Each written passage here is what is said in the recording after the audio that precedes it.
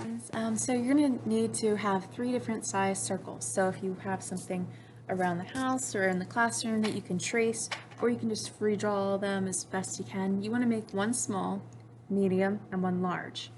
Then you'll want to take a oil pastel or chalk pastel or crayon that's blue and trace the circles.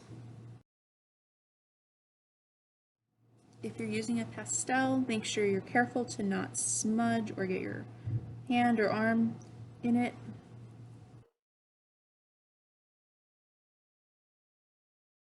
Once you have them all traced, this is the fun part. If you have pastel, what you're going to do is you're going to almost like smudge the pastel inwards so it starts to look like a soft shadow on snow.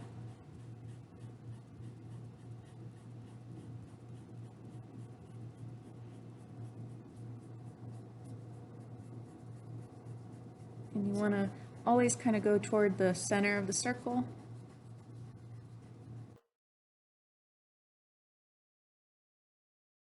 And you can make it a little bit more rounded, like go in little circles if you want.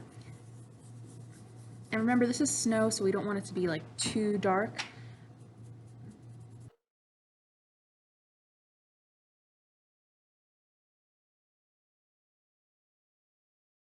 Add more blue to it, you can, just don't go too crazy on the shadowy part.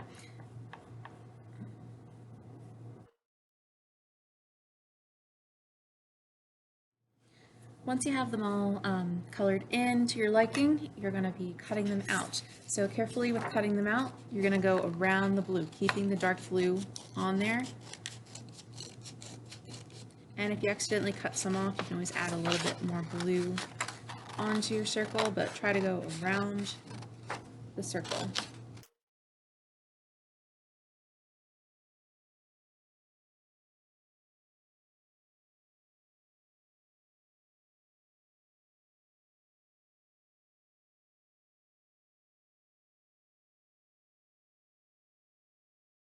Once you have the circles cut out, you can double check that they look good size-wise. So it should look like we're looking at the snowman from above, like an aerial view, like the air. So we're looking downwards, and this is the top of the head. So when you're doing your snowman, what you're going to do is you can use marker, or you can use crayon or pastel. You want to get like a black one for the hole kind of. So you're not going to do the eyes looking right up here like on a normal snowman.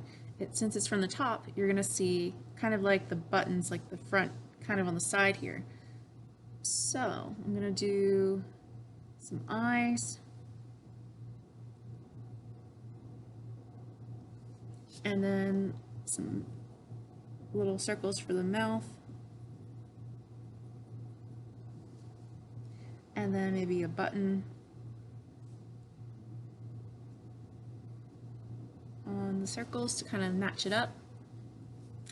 The only thing it's missing as of now is like maybe like some details such as like the nose, maybe if you want to do stick arms or a scarf.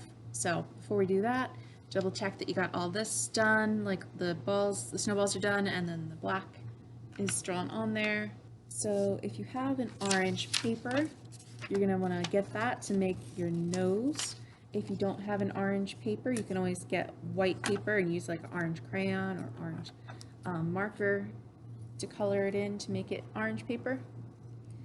And then when we glue that on there, you'll have a cute like carrot nose that you can have on there, and that way you can have it protruding over all the circles, because if you drew it on there, it wouldn't really show up as well. And then you also need some stick arms, perhaps. So again, if you don't have brown paper, you can use white paper and color it in brown. So I'll show you what I mean, like if you want it to do some brown.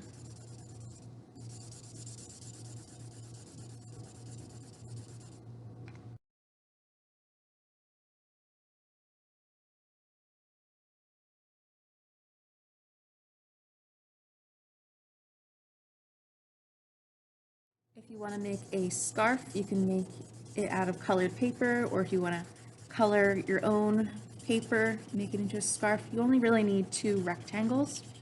because when you tie a scarf around the neck of the snowman, all you really see coming downwards from the head would be the two ends of the scarf. So I'm going to do a red scarf. You can do whatever color you want. You can use colored paper or make your own.